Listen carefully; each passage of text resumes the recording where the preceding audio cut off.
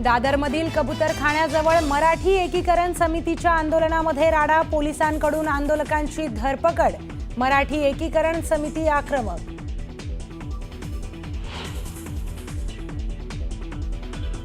कबूतरखान्याच्या मुद्द्यावर आज मुंबई हायकोर्टामध्ये महत्त्वाची सुनावणी। तज्ञ डॉक्टरांचा समावेश असलेली समिती देणार अहवाल।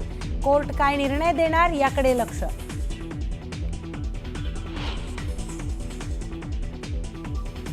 हायकोर्टाच्या आदेशाची कबूतर प्रेमींकडून पायमल्ली। दादरमध्ये रहिवाशांकडून इमारतीच्या छतावर कबूतरखाना सुरूच। नियम मोडणाऱ्यांवर कारवाईची मागणी।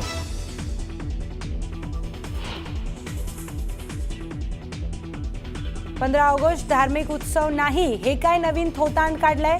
चिकन मटन बंदीच्या मुद्द्यावरून संजय राऊतांची जोरदार टीका।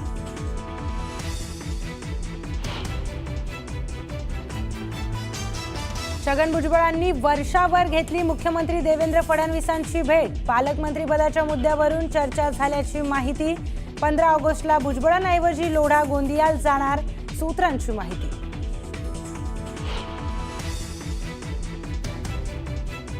नाशिकच्या पालकमंत्रीपदावर आता मंत्री छगन भुजबळांचाही दावा। राष्ट्रवादीचे सर्वाधिक आमदार असताना गोंदियात झेंडावंदनाला का जायचं? भुजबळांच्या भूमिकेमुळे नवा वाद, सूत्रांची माहिती।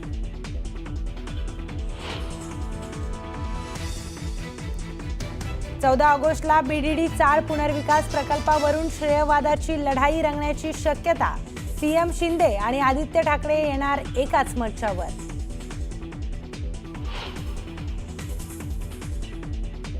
धनंजय मुंडे अजूनही सरकारी बंगल्यातच। मुंबईत घर नसल्याने बंगला सोडला नसल्याचं स्पष्टीकरण। मात्र निवडणूक प्रतिज्ञापत्रात गिरगाव चौपाटीवरील घराचा उल्लेख असल्याचंही समोर। मुंबई गोवा महामार्गावरील खड्डे जोपर्यंत बुजवत नाहीत तोपर्यंत मंडपासाठी खणलेल्या खड्ड्यासाठी दंड भरू नका। उद्धव ठाकरेंचं गणेश मंडळांना आवाहन। ठाकरेंचा सरकारला पुन्हा एकदा इशारा।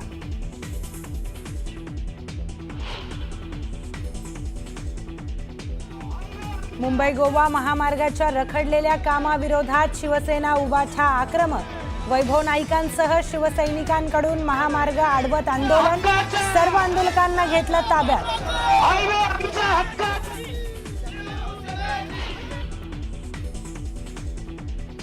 आणि पुण्याच्या शिवणे शिंदे पूल रस्त्यावर वाहतूक कोंडी। वाहतूक पोलीस कर्मचारी नसल्याने वाहतुकीचं नियोजन कोलमडलं।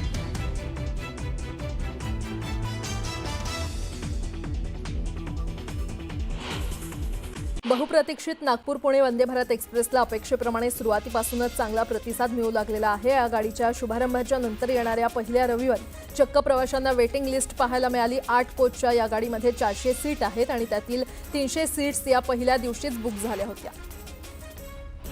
मध्य आणि पश्चिम रेल्वे कॉरिडॉरवरील 39 उपनगरीय रेल्वे स्थानकं आणि 34 मेट्रो स्थानकांच्या MMI योजनेसाठी नियोजन सुरू आहे। यासाठी विशेष समिती स्थापन झाली असून उपनगरीय आणि मेट्रो स्थानकातील कनेक्टिव्हिटी सुधारण्यासाठी सर्वेक्षण केलं जाणार आहे। सोलापूर पुणे मुंबई विमानसेवेसाठी उडान योजनेच्या धर्तीवर एका वर्षासाठी प्रति आसन व्यावहारिक तूट निधी उपलब्ध करून देण्यास राज्य मंत्रिमंडळानं मान्यता दिली आहे। या निधीमुळे सोलापूरकरांना कमी दरात मुंबई तसंच पुण्यासाठी विमानातून प्रवास करता येणार असून दर कमी होण्यास मदत होणार आहे। एसटी महामंडळाला 8 ते 11 ऑगस्ट या 4 दिवसांमध्ये प्रवासी तिकिटांच्या माध्यमातून 137.37 कोटी रुपयांचं उत्पन्न प्राप्त झालंय। यंदा रक्षाबंधन आणि त्याला जोडून आलेल्या सुट्ट्यांमुळे प्रवासासाठी प्रवाशांनी एसटीला पसंती दिली आहे। 2024-25 मध्ये बनावट आणि भेसळयुक्त दुधाशी संबंधित 8,815 प्रकरणांमध्ये 36.72 कोटी रुपयांचा दंड ठोठावण्यात आला, जो मागील आर्थिक वर्षाच्या तुलनेमध्ये अधिक आहे।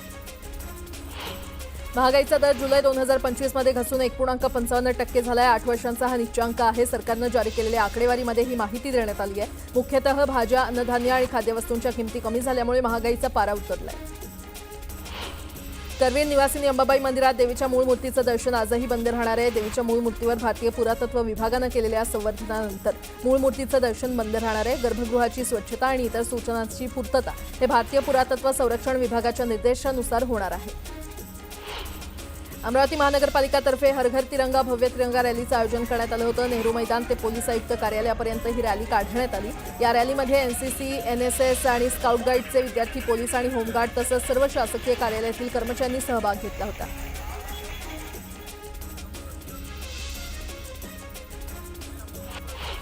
बुलढाणा शहरामध्ये असलेल्या डोंगर शिवाली गावामध्ये शेतात असलेल्या मंदिरात अस्वलांचा मुक्त संचार पाहायला मिळाला आणि अनेक वेळा या अस्वलांनी गावकऱ्यांवर हल्ला देखील केलेला आहे. त्यामुळे वनविभागानं तातडीनं या अस्वलांचा बंदोबस्त करावा अशी मागणी गावकरी करत आहेत. वाशिमच्या किनी राजा आरोग्य उपकेंद्रात आरोग्य कर्मचाऱ्यांवर हल्ला करण्यात आलाय. आरोग्य केंद्रामध्ये प्रधानमंत्री सुरक्षित मातृत्व अभियानांतर्गत शिबिर सुरू होतं. शिबिरादरम्यान उपचारासाठी आलेल्या रुग्णांसमोर स्थानिक गोर संघटनेचा अध्यक्ष चंदन ब्रह्मानंद राठोड यानं प्रयोगशाळा वैज्ञानिक अधिकारी आणि 2 आरोग्य सेविकांना शिवीगाळ करत मारहाण केली. पोलिसांनी आरोपीविरोधात गुन्हा दाखल केलाय. वसई तालुक्यातील नायगाव इथे थरकाप उडवून देणारी धक्कादायक घटना मीरा भाईंदर वसई विरार आयुक्तालयामध्ये घडलेली आहे. पोलिसांनी एका सेक्स रॅकेटचा पर्दाफाश केला असून यामध्ये आतापर्यंत 12 आरोपींना अटक करण्यात आलेली आहे. त्यात काही महिलांचा देखील समावेश आहे. दिल्ली उच्च न्यायालयाच्या न्यायमूर्ती यशवंत वर्मांची आता चौकशी होणार आहे. सरकारी निवासस्थानी मोठ्या प्रमाणात रक्कम सापडल्याप्रकरणी त्रिसदस्यीय समिती स्थापन करण्यात आलेली आहे. लोकसभा अध्यक्ष ओम बिर्ला यांनी हे आदेश दिले. अमेरिकेनं भारतावर 50% टॅरिफ लावल्यामुळे गुजरातमधील हिरे उद्योगाला मोठा फटका बसला असून 10 दिवसात जवळपास 1 लाख लोकांना नोकऱ्या गमवाव्या लागलेल्या आहेत. भारतीय संघाचा कर्णधार शुभमन गिल यानं इंग्लिश कर्णधार बेन स्टोक आणि वियान मुल्डर या दिग्गजांना मागे टाकत जुलै महिन्याचा ICC player of the month किताब जिंकलेला आहे. गिलचा हा 4था प्लेअर ऑफ द मंथ पुरस्कार आहे. तुळजाभवानी मंदिराबाहेर जितेंद्र आव्हाडांचे कार्यकर्ते आणि भाजपचे कार्यकर्ते आमनेसामने आले. भाजप कार्यकर्त्यांनी जितेंद्र आव्हाडांविरोधात तीव्र घोषणाबाजी केली. भाजप कार्यकर्त्यांनी जितेंद्र आव्हाड यांची कार अडवली. जितेंद्र आव्हाड यांनी तुळजापूर मंदिर विकास आराखड्याबाबत आढावा घेतला. आव्हाडांनी गाभारा दुरुस्तीच्या कामाला विरोध करत या कामाची पाहणी केली. शासकीय विश्रामगृहात भोपे पुजारी आणि पुजारी मंडळाशी चर्चा केली. कोणत्याही परिस्थितीमध्ये तुळजाभवानी मंदिराच्या गाभाऱ्याला हात लावू देणार नाही अशी आक्रमक भूमिका जितेंद्र आव्हाड यांनी घेतली आहे. ज्या पायऱ्यांवरून छत्रपती शिवाजी महाराज गेले त्या पायऱ्या आणि देवीच्या गाभाऱ्याला हात लावू देणार नाही असा इशारा जितेंद्र आव्हाड यांनी दिला. तुळजाभवानी मंदिरासमोरील गोंधळानंतर भारतीय जनता पक्षाच्या कार्यकर्त्यांनी तुळजापूर पोलीस स्टेशनमध्ये जितेंद्र आव्हाडांविरोधात तक्रार दाखल केली. आव्हाडांविरोधात तक्रार दाखल करण्यासाठी मोठ्या संख्येनं कार्यकर्ते पोलीस स्टेशन बाहेर एकत्र जमले होते.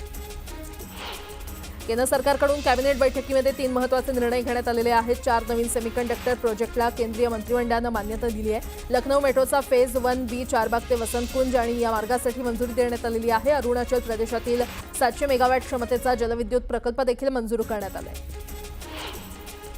महाराष्ट्र रोजगार हमी योजना समितीनं आज दुसऱ्या दिवशी यवतमाळ जिल्ह्याच्या राळेगाव, कळंब आणि बाबुळगाव या तालुक्यांचा दौरा केला. कळंब तालुक्यातील रोजगार हमीच्या योजनेच्या कामात अनियमितता आढळून आल्यानं समिती प्रमुख सुनील शेळके भडकले. गटविकास अधिकारी आणि ग्रामसेवकांना त्यांनी चांगलंच धारेवर धरलं.